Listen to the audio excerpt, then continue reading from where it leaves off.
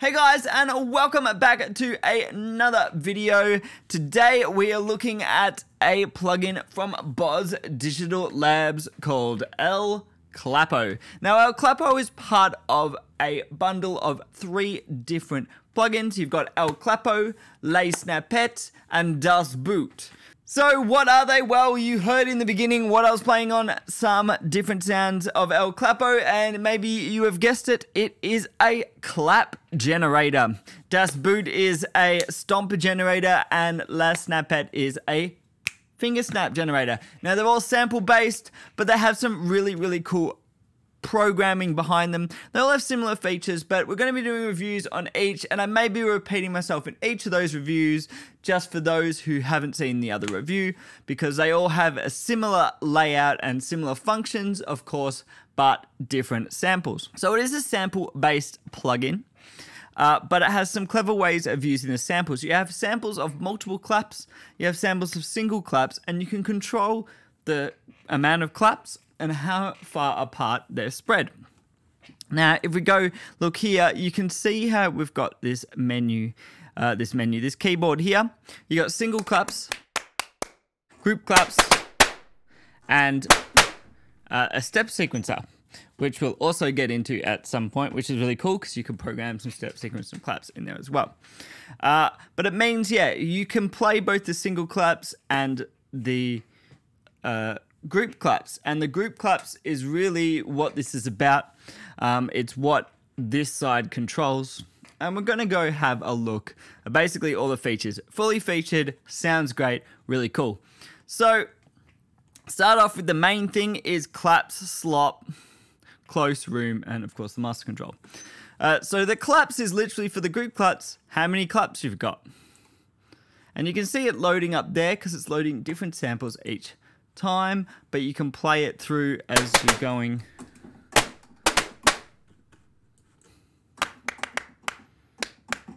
So that's a good example of the difference between, 100 and something claps and 1. So yeah, you've got this claps control, you've got this slop control. Now the slop is how far apart the claps are. So down here, it's pretty much like everyone is so on time, you might as well be a robot, unrealistically close together. And 100% is like a drunk crowd at a sports match, just clapping out of time all over the place, almost like applause, especially when you push the claps up.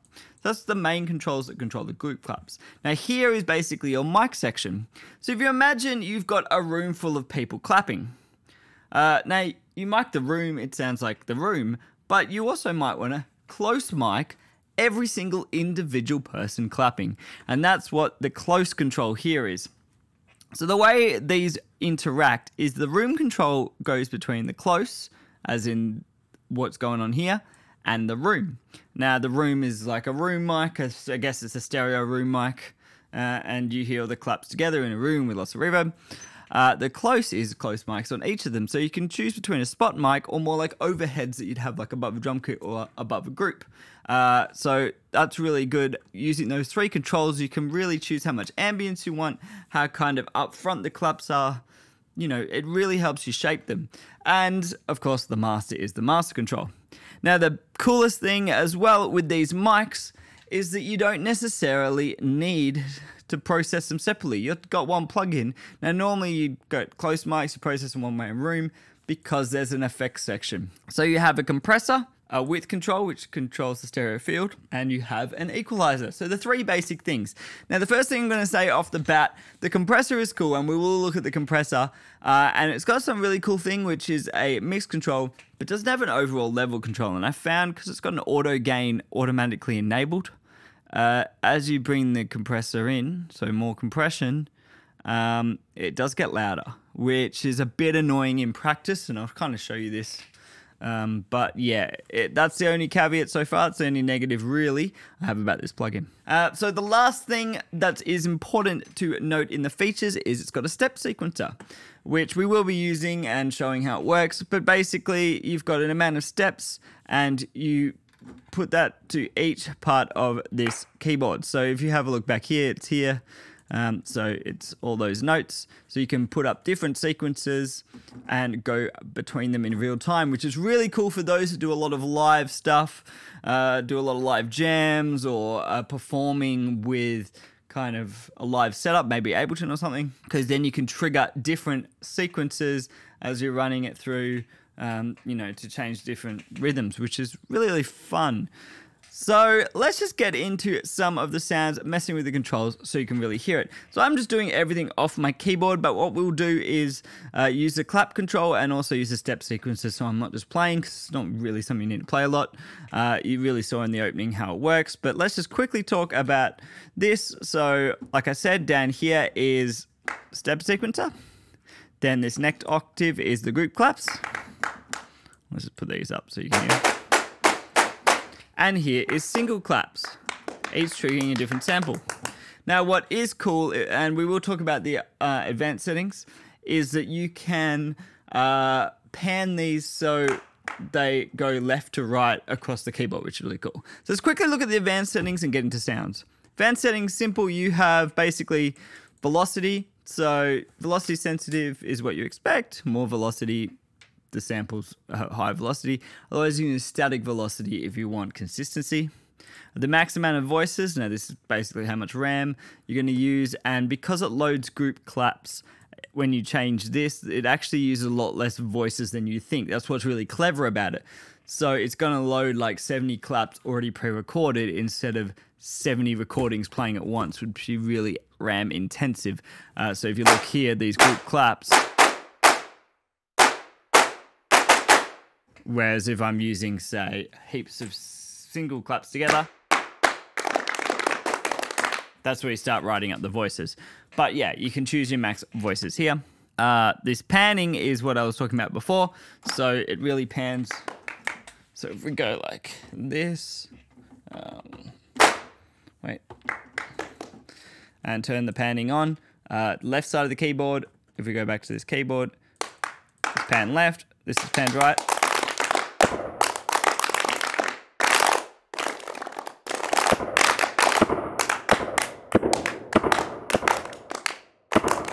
Not sure what that's doing there, but that's kind of cool.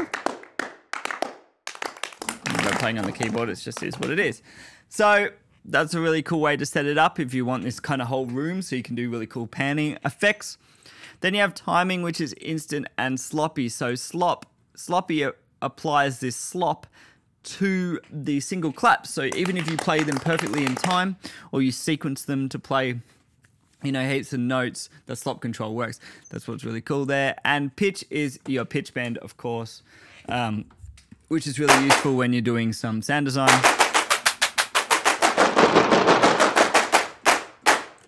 And this is basically round robins and layers. So it's pretty much how many different sounds there are.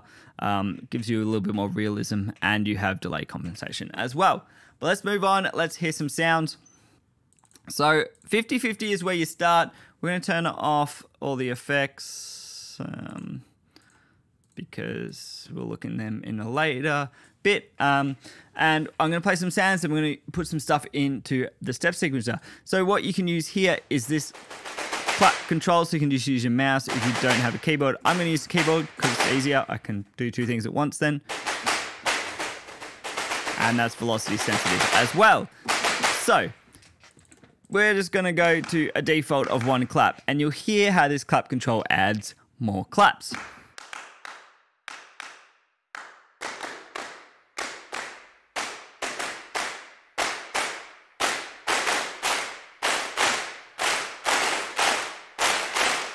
Now, even with the slop only on 35%, you can hear as you add more claps, the timing variations, of course, are the same kind of percent between each person, but with more people, there's more between, say, the furthest away and the closest in time to whatever your reference of time is, right?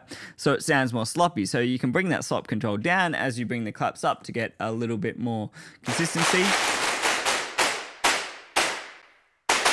That's just a huge clap sound right there. And if driving up the room all the way to room, stadium kind of deal. And of course, as you move the slop control up, you get more and more sloppy. So we'll bring it all the way down, and it starts to sound fake as you bring it down here because literally everyone's on time. But it could be used as a cool kind of snare sound. It's got this almost like gunshot thing to it. And then as you move the slop up, it gets more sloppy. And as you go 50%, if you've got 150 claps like we've got here, everyone's out of time until you get this kind of thing. Which when you play it a lot of times is almost like applause. Except it drives those voices up. Because we're still loading, if you have a look, we're using 150 voices there. So we'll wait for this to load, and this is actually a really good example. You see the difference between it loading that fully sloppy hand clap sound in rather than actually using the individual sounds. So now it's loaded, not using any voices, so we can do stuff like this.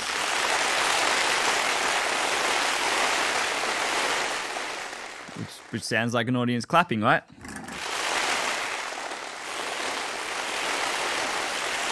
Not really what you're going to use the plugin for is your main kind of thing, but it's pretty cool.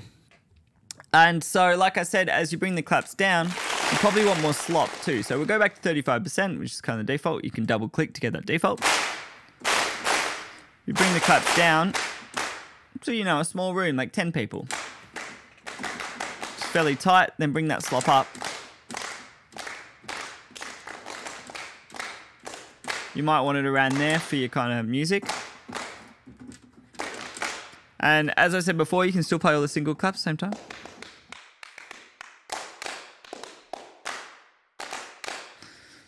And if you go down to one clap, it's kind of the same as the single claps, obviously.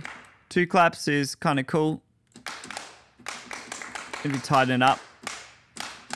The difference there is between if you play the single clap, if I play the 2 clap, it's a little bit bigger, a little bit thicker. So that's more like a normal clap sound. But generally, for what I'd want to use it for, you want to use a lot of claps. So we're going to put them back on default slop. I think claps at about 50. I really like a low 50. And let's have a look at these mics. So let's just solo the close section so you can hear the difference between the spot mics and the overhead mics. So you can hear there's no room now. So these are both closer mics than the room. And it's the same effect. So if I unsolo it and I pull it all the way to close. Same thing. So this room really just goes between the room and close. So let's have a look at the close. So on the left side, you have the spot mic, which is a lot closer and a lot more in your face.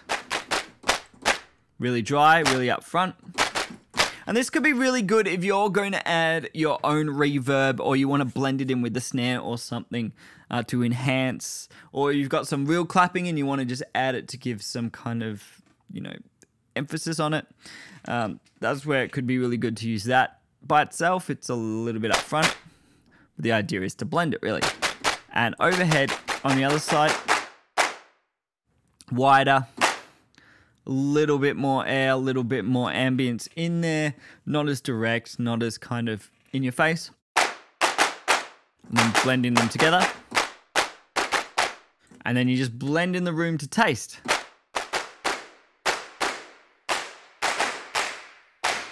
Now the only thing I think, well not the only thing, but when it comes to the room, the only thing I think needs to be addressed is it'd be really cool to have control over that ambience. Obviously it's recorded in a room, so you know, we can't change the dimensions of the room, but what would be really cool is a gate or something you can put on the room in this effects section, just so you can shorten that tail a little bit, because it's a little bit long, especially if I want to add my own reverb, but want to get some of that room sound. So you can dial that in, obviously, and then fully room. So if you've got other clap samples and you just want to use this to get that more ambient thing, could be really good. Let's set it around there and have a look at the effects. So I'm going to solo this again. I think we'll go a little bit towards the spot side and have a look at the compressor. So we can turn it on. It's got attack, release, ratio, and a mix control. Like I said before, doesn't have an output control, and you'll see what I mean in a minute. But these controls work pretty well, and obviously with percussion, you just set your attack and release, really how it works. So I'm going to set like a fairly long attack, fairly short release. Let's bring it in.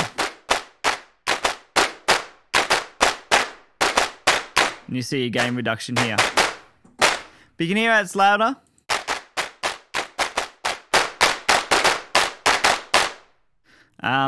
Yeah, a level control would be good. Let's put the mix on full. Turn off again. So that volume difference is kind of an issue there. I'm not sure if I clipped the output. I'm just turn the master down a little bit. But it does allow you to get really cool punchy sounds right out of the box without need for any other plugins. So maybe we'll put it back here. That sounds punchy. And then EQ, of course, I already set up the EQ in the beginning. But if we get rid of that, you've got 4-band EQ. You can do whatever you want. You have a low shelf, which I believe you can change. Yeah, so here you can change the high pass, low pass, high shelf, low shelf, barrel, band pass, or notch. So it's a fully equipped 4-band parametric EQ, which is really cool. There's Q factor as well. Even the shelf's got cool Q factors. It reminds me a bit of Neutron EQ from Isotope. So really powerful EQ to have in such a cheap plugin. And let's just do some EQing just to have a listen what we can do.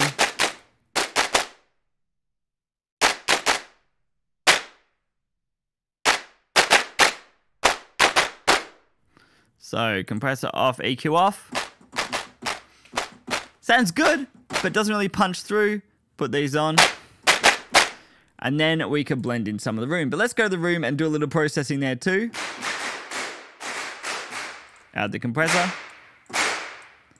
Sounds a bit like a gunshot now. And we bring that, but we bring this as a bit of a low pass.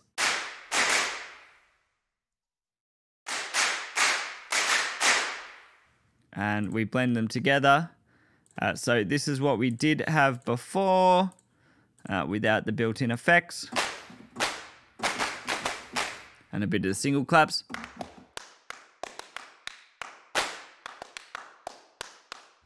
And then with it on.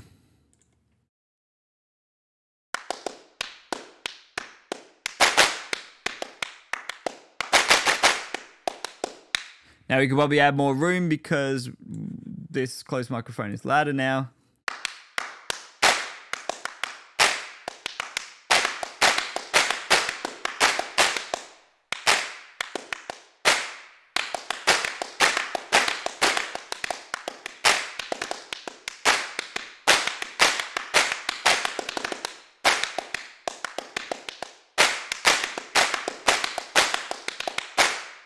Cool, so that's really how you can use the built-in built-in plugins, EQ, compression to just get the sound straight out of the box. You don't have to add anything else, but you can add other plugins, of course, afterwards and use different instances of El Clapo, one for the room, one for the close, however you want to do it, and feed it with MIDI. Of course, that's up to you. Now let's finish off by looking at the step sequencer. Very simple to use. You've basically got velocity and turn it on and off. And you have this many steps. Now you can choose the playback speed 1 times, 0.5 times, or 2 times. And you can name your sequences. So as I said before, you can use MIDI to control which sequence. So if you have a look here, we're going through sequence 1 to 12 with each of our MIDI keys. So I'm just going to play it back and let's build a quick sequence so you can see how it works. So that's our sequence 1. Let's build our sequence 2 and just add a little bit of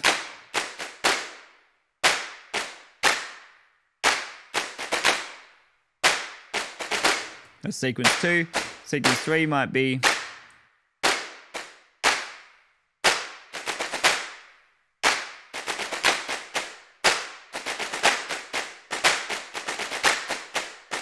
sequence 4. Let's take these out and just go on the opposite.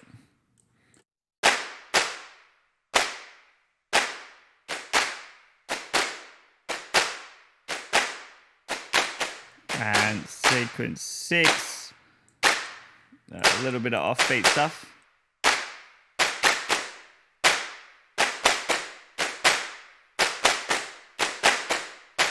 And sequence 7, make these quiet, make these real loud.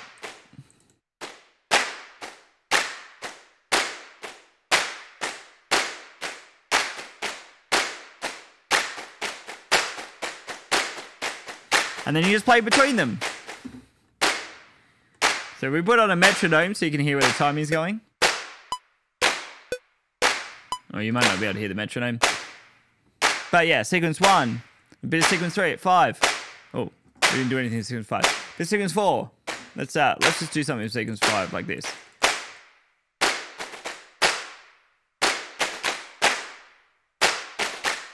Six. 7.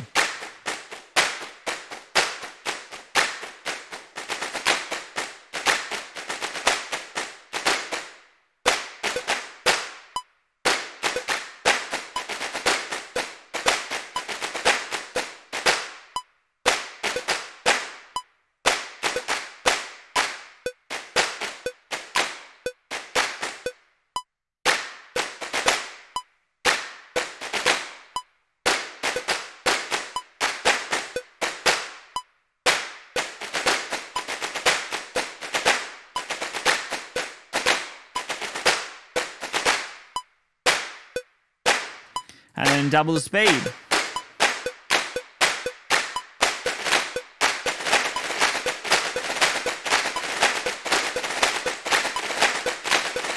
And you can also copy patterns across to other patterns if needed.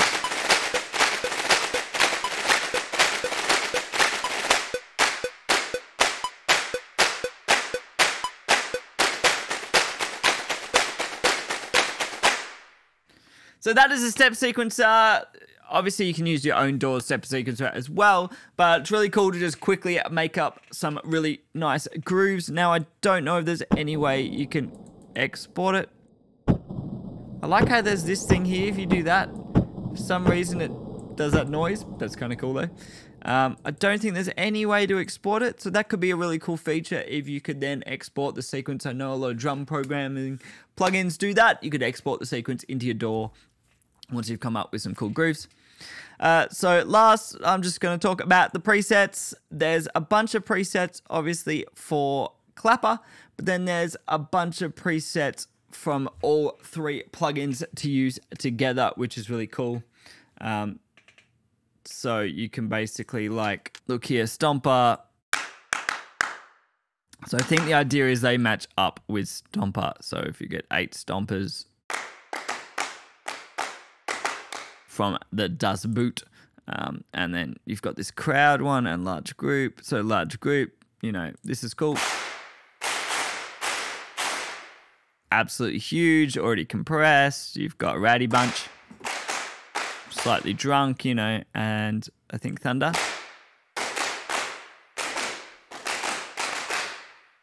And what else is there? Earth Shakers. You know, just plenty of different ones if we go medium crowd.